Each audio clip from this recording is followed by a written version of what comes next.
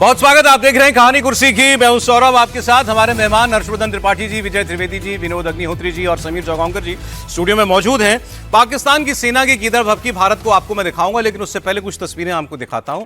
Bangladesh, Nepal, Morocco, क्या common है इन देशों में? जिस तरीके से यहां आंदोलन हुए, हिंसक आंदोलन हुए, अब ऐसी ही एक बगावत की आग जॉर्जिया देश में भड़की है। उसकी तस्वीरें मैं आपको दिखा रहा हूं। शनिवार को जॉर्जिया के राष्ट्रपति भवन के बाहर प्रदर्शनकारियों ने कुर्सियों मेजों को आग के हवाले कर दिया।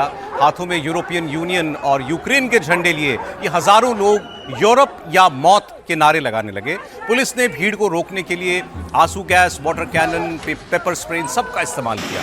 ये हिंसा तब भड़की जब प्रदर्शनकारियों ने सुरक्षा बैरियर तोड़कर राष्ट्रपति भवन के अंदर घुसने की कोशिश की है। यूरोप का देश है जॉर्जिया, और देखिए कैसे ये पूरा शहर युद्ध का मैदान बना हुआ है।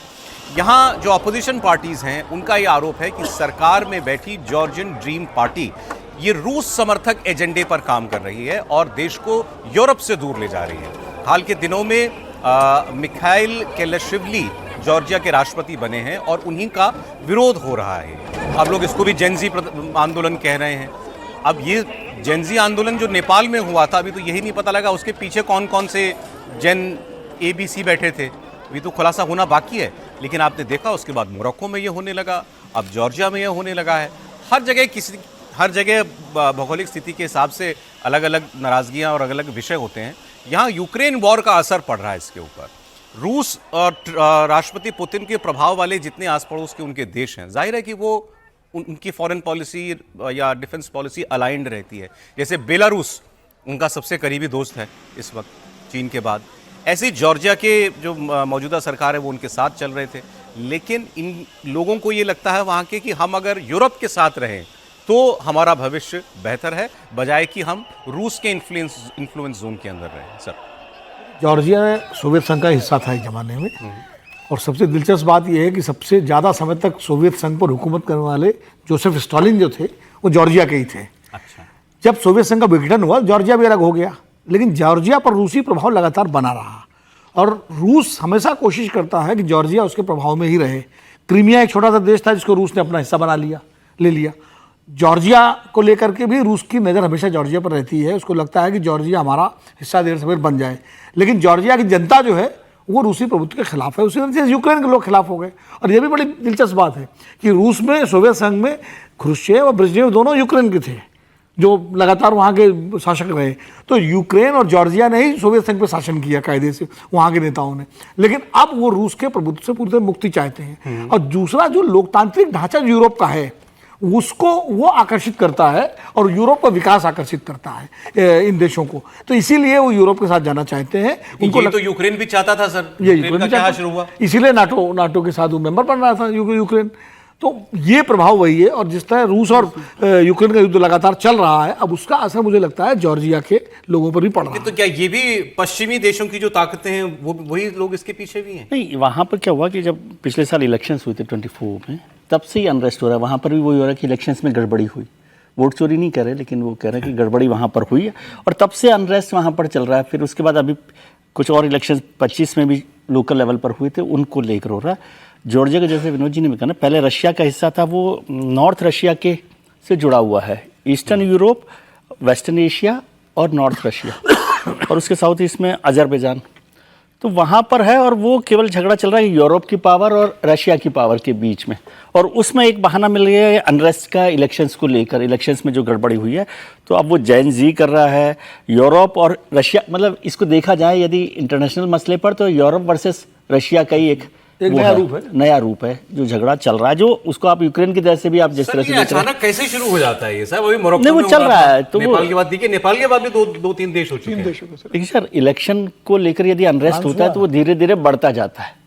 और जो बात हम यहाँ पर भी कर रहे हैं कि वो ही जो प्रोसेस है ना, उसको यहाँ अपनाया जाए। आप किसी भी डेमोक्रेटिक सिस्टम पर एक बार शक खड़ा कर दें, जो नेपाल में हुआ, जो बांग्लादेश में हुआ, जो श्रीलंका में हुआ, और वो यहाँ पर भी उसी तरह से हो रहा है। लेकिन भारत का एक जो ज्योग्राफी है वो इतनी बड़ी है, इतनी वाइड है कि उसमें उसको एग्जीक्यूट करना थोड़ा मुश्किल काम है। अभी देखिए, अब आप कह रहे हैं तो मुझे याद आ रहा है, अभी साउथ अमेरिकन देशों की यात्रा पर राहुल गांधी गए हुए हैं, मुझे नहीं पता वापस आए कि नहीं आए। कोलंबिया में, लेकिन जो उन्होंने बातें कही उसका बड़ा विरोध यहाँ किया जा रहा था बीजेपी के द्वारा। कहा कि फिर एक बार मौका मिल गया इनको विदेश जाकर भारत को बदनाम करने का। अब लोग वहां कह रहे हैं कि कांग्रेस पार्टी से जुड़े हुए लोग, जॉर्ज सोरोस से जुड़े हुए लोगों से उन्होंने कोलंबिया के अंदर मुलाकातें की। आपने देखा होगा बीजेपी ने इल्जाम लगाया। नहीं, ये तो देखिए बहुत पुराना आरोप हो गया। बीच में आपको फिर से उसे दिखाना चाहिए कि कैसे बीजेपी ने प्रेस कॉन्फ्रेंस की थी और कहा था कि सोनिया गांधी उस संस्था की को चेयरपर्सन है, कौन सा, जिसमें वो गई हुई थी। तो सवाल ये नहीं है कि ये आरोप किस तरह से लग रहे हैं, सवाल ये है कि क्या कुछ हो रहा है उसको जरा देखें। तो राहुल गांधी जिस तरह की बात करते हैं वो थोड़ा सा संदेह पैदा करने की कोशिश है। जो विजय जी कह रहे हैं बिल्कुल ठीक बात है। आप बार बार एक ही बात कहिए तो लोगों के मन में संदेह आएगा, और डेमोक्रेसी में संदेह आता है तो लोग सवाल करते हैं। सवाल पूछने की हाँ इजाजत भी है, और मैं तो ये मानता हूं, मतलब ये थोड़ा सा अलग हट के लगेगा, लेकिन मोदी जी को ये वन नेशन वन इलेक्शन वाला छोड़ देना चाहिए। इसलिए छोड़ देना चाहिए कि बीच बीच में जो इलेक्शंस होते रहते हैं तो जनता के सामने प्रमाण होता है कि भाई इस राज्य में तो आप नहीं जीत पाए, इस राज्य में तो भाजपा नहीं जीत पाई। ये मैं एक लाइन ये पूछ लूं आपसे, प्रमाण भी होता है और गुस्सा भी निकल जाता है। क्या भारत का अपोजिशन राहुल गांधी भारत में ऐसी तस्वीरें चाहते हैं? इसमें मतलब सवाल पूछने जैसा क्या है? चाहते हैं। और वो कर क्या रहे हैं पिछले इतने समय से?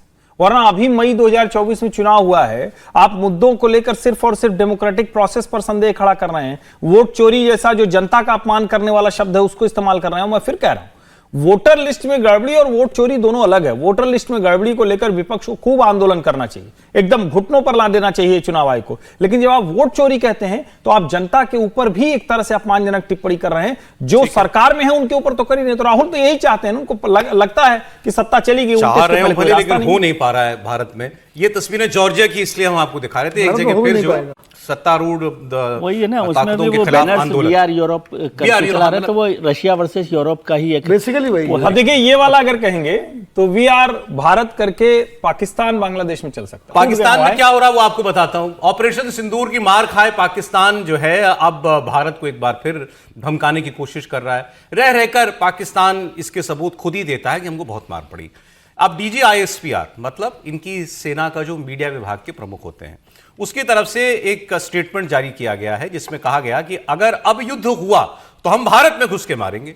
सोचिए, जो पाकिस्तान अपने एयरबेस नहीं बचा सका, आतंकवादी अड्डों को खंडर बनने से नहीं रोक सका, जो पाकिस्तान भारत के वायु वीरों के आगे बेबस दिखाई दिया, वो कह रहा है हम भारत में घुसकर मारेंगे। फील्ड मार्शल आसिम मुनीर की कायर आर्मी ने आगे लिखा है कि अगर दोबारा युद्ध होता है तो पाकिस्तान की सेना अब पीछे नहीं हटेगी, बिना हिचकिचाहट के करारा जवाब देंगे। जरा सोचिए, पाकिस्तान के साथ दो और देश लड़ रहे थे, तुर्की भी था, चीन भी था, सब मिलकर भारत कोई विजय पताका लहराने से नहीं रोक पाए। लेकिन अब ये उसको मजबूरी है उसकी कि उसको जवाब देना। ऐसा क्यों करना पड़ रहा है उसको? क्योंकि भारत से ऐसे स्टेटमेंट्स आए थे। आपको चिट्ठी में आपको पढ़ के बता दूं, पहले तो बड़ी हैरानी हुई जब ये चिट्ठी आई। मैंने भी चेक किया कि कोई AI जनरेटेड चिट्ठी तो नहीं है, किसी ने यूं ही सोशल मीडिया पर डाल दी हो। लेकिन जब कई जगह से कंफर्म हो गया ये नहीं है, ऑथेंटिक चिट्ठी है। Inter services public relation ISPR यानी पाकिस्तानी सेना का मुखपत्र, वहां से ये जारी हुई है। बोल्ड लेटर में चिट्ठी लिखी गई है, कैपिटल लेटर में पूरी चिट्ठी। कौन लिखता है? कोई पागल ही लिख सकता है। तो पाकिस्तान में तो कमी नहीं है ऐसे लोगों की। बोल्ड लेटर में पाकिस्तान की सेना पूरी चिट्ठी जारी कर रही है। We have noted with grave concern the delusional, provocative and jingoistic statements coming from the highest levels of the Indian security establishment. शर्म नहीं आती तुम्हारे आर्मी चीफ के कैसे कैसे बोल हैं? उसके बाद उस आर्मी चीफ तुम्हारा कहता है अमेरिका में जाकर के कि न्यूक्लियर वॉर होगी तो हम आधी दुनिया को ले डूबेंगे। हमारा आर्मी चीफ कहता है कि हम खटारा ट्रक हैं, इंडिया शाइनिंग मर्सिडीज है, नुकसान उसका होगा। वो हिंदू मुसलमान की स्पीच देता है। इसके बाद भी तुम्हारे अंदर इतनी मतलब गैरत नहीं कि तुम ऐसी बात किसी के लिए कहो। और आगे फिर बाकी बहुत कुछ है वैसे तो उसके अंदर। और अंत में जो लास्ट लाइन है वो आप देख लीजिए, as for the talk of erasing Pakistan from the map, क्योंकि भारत के सेना प्रमुख ने कहा था कि अगर रहना है नक्शे में तो कायदे में रहना पड़ेगा। तो वो कह रहे हैं as for the talk of erasing Pakistan from the map, India must know that if situation comes erasure will be mutual. फिर वही था कि अगर हमको मिटाने, हमारे मिटने पर बात आ गई तो मिटोगे तुम भी। तो वही न्यूक्लियर धमकी है खुले तौर पर।